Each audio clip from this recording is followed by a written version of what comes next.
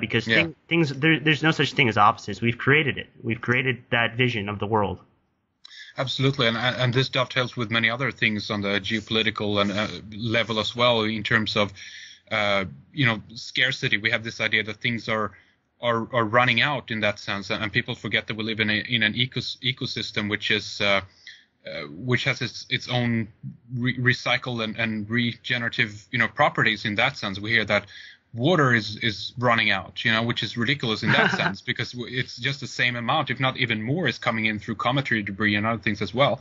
Fresh water, obviously, and we have these things going on where we have true environmental problems, where water is being toxic and all this stuff as well. But just the mindset, it's a reflection of the mindset that we're in. We have too much carbon now. We have too little water. We have too much. It's that polarity that we're being played against again, which stems from the aspect of fear. Because if we're fearful even again of that the planet Earth is falling apart and crumbling under our feet, in that sense, that that's the greatest trauma of all, in that sense, and that again, then we can say is a form of mind control through fear, through all these things. Fear is the key word. They're trying to instill it in us in large amounts right now, and they create these illusions of scarcity. My girlfriend just sent me a link to some people out in Silicon Valley who have managed to create a small cubic box that could power an entire American home, and probably 3 or 4 homes in third world country, India or South America or something like that. And it's just a small little cube, and it works on I couldn't tell you the science behind it, but the guy's prototype seems to work. And we have these energy sources that are similar to Zero Point, that are similar to some Tesla creations and prototypes that have been in the works for some time now. Cars that run on H2O, cars that run on fuel that is sustainable and very, very renewable. So you have to ask yourself why we're still driving these gas guzzlers, Yes. and we're still using these natural resources the way that we are and the abundance that we are. And it's because it creates, again, more control. There's ways to tax it. There's ways to get people imprisoned by finances. Ask anybody that's been in a car loan for a long enough time. They might owe more on the car than they started out paying on it, just because of interest and things that shackle us. And that's one of the things is the bank system. The global elite, the banking systems have locked us in this perpetual need for energy. It's gotten to the point where it needs to change or else. And the COP15, you were just there doing a documentary, right? Yes. A lot of people think that they were just using that as a stage or front, and that they actually weren't talking about things that we could do for the environment. That when the UN meets like that, they're just basically using it as a front to get everybody thinking that they're trying to work all these incredible things out to revolutionize fuel and energy, and when in reality they're not doing anything of the sort, because as evident in our society, we're not really given any options except for hybrid vehicles and very, very small steps forward in those kind of technologies. And I think that we've had far more advanced technologies for quite some time. Absolutely, I couldn't agree more. And this is a really interesting aspect in terms of free technology. I mean, we hope also to cover that in future projects. I would actually be very interested to see the link that your girlfriend sent you as well. See if we can put up that on the site or whatnot. Sure. Always interested in new stuff. Thanks, Steve. But why don't we wrap things up here for the second hour, Steve, and get into, because I did want to get your take a little bit on the box, the movie, Richard Kelly. Yeah, we did get away from that, didn't we? Yeah, we did. That's a phenomenal film. It features Frank Langella, who a lot of people will know from The Ninth Gate, Johnny Depp, which is it conjures up images of Crowleyan magic and Enochian magic and things of the 9 gates and the sacred number of 9. Again, nothing scary about it, just what people have made it into through religion and things like that. It's just numerology, folks. It's just symbolism. It's nothing to fear in any way. And in the film The Box, Langella comes to different homes. I think the film takes place in the 70s. He takes it to different American homes, and he tells you, keep this box overnight. If you press the button on the box, you will be given $1 million in tax-free cash, no questions asked, no strings attached. But as a consequence to pressing the button, someone else in the world that you don't know is going to die. It gets into a lot of high weirdness because his character was struck by a lightning bolt. After he was struck by this lightning bolt, which was correlated by a Mars mission, by the way, we didn't really talk about the idea that the Cydonia region is very, very similar architecturally to Washington, D.C. and Rome, and the fact that it has the 7 little sisters, the 7 hills of the Pleiades right there. So whatever civilization built the complex on Cydonia with the seven sisters of the Pleiades also was in mind when the architecture was built for Rome, the seven hills of Rome.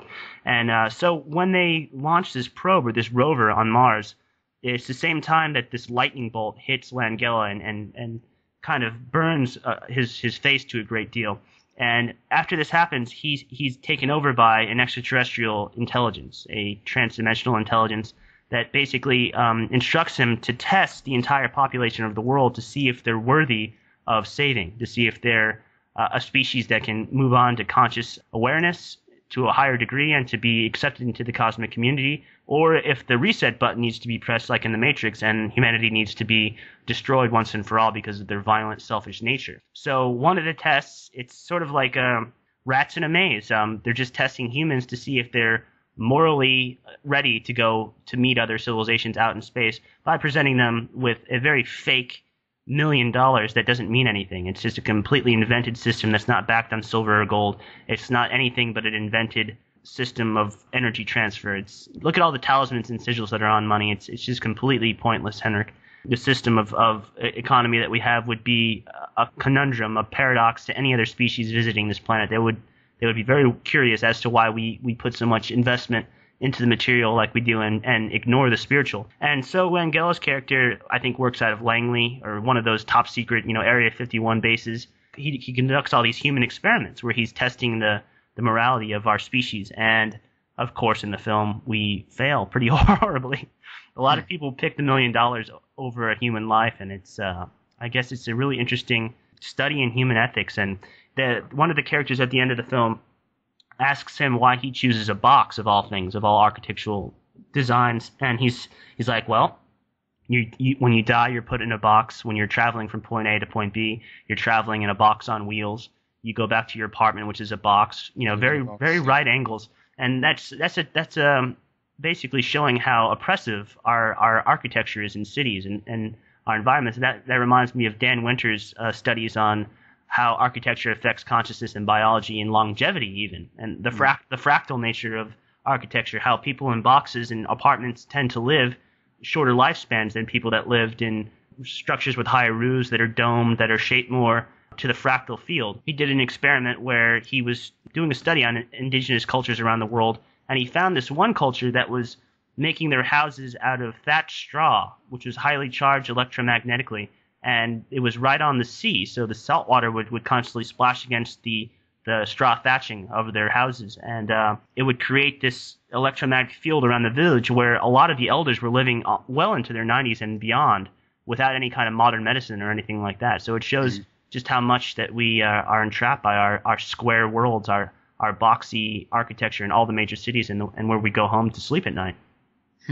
Absolutely. And another interesting film from Richard Kelly that people can check out if they enjoyed Donnie Darko. And what was the second one again? We talked about that, Southland Tales, I think, right? Oh, Southland Tales was another incredible one. And yeah. Again, it was speaking mostly about end times and approaching this 0 point, sort of the Christ archetypes. The actor Dwayne Johnson, who was The Rock, the wrestler, is constantly in these archetypes where he's in ancient Egypt in the Mummy film. He's resonating with extraterrestrial phenomenon in Race to Witch Mountain. Am I getting that title right? Yeah, that's right. I remember that, yeah. Right. So, I mean, he's constantly resonating with these extraterrestrial films and the Area 51 phenomenon and The Rock, or the Dome of the Rock, and the Ben Stone, like in 9/11.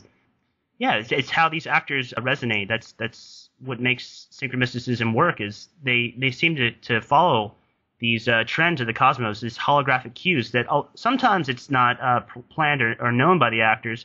I know we were talking about Jay-Z may or may not have foresight about the symbolism that he represents in his clothing or not. I mean, I don't buy that, for instance, but I don't think Jim Carrey realizes that he's resonating Osiris necessarily when he's playing as the Grinch or the Mask or the Riddler. But I mean, he is, because he's dressed in all green and he's got the initials JC, the Christ resonator. There's no denying that the films have this metaphoric meaning behind the scenes that we can all see. And in fact, if I had Jim Carrey here right now, I'd point it out to him. And get his response. That would be interesting, wouldn't it? Yeah. Love to get one of these people on one time and just ask them, see what they actually know. I know. Does Keanu Reeves know that he's resonating with Sirius because he was in a band called Dog Star, and all the implications of his role as Neo and taking the red and the blue pill? Did you ever see A Scanner Darkly, Henrik? Yeah, I did. Well, you have Robert Downey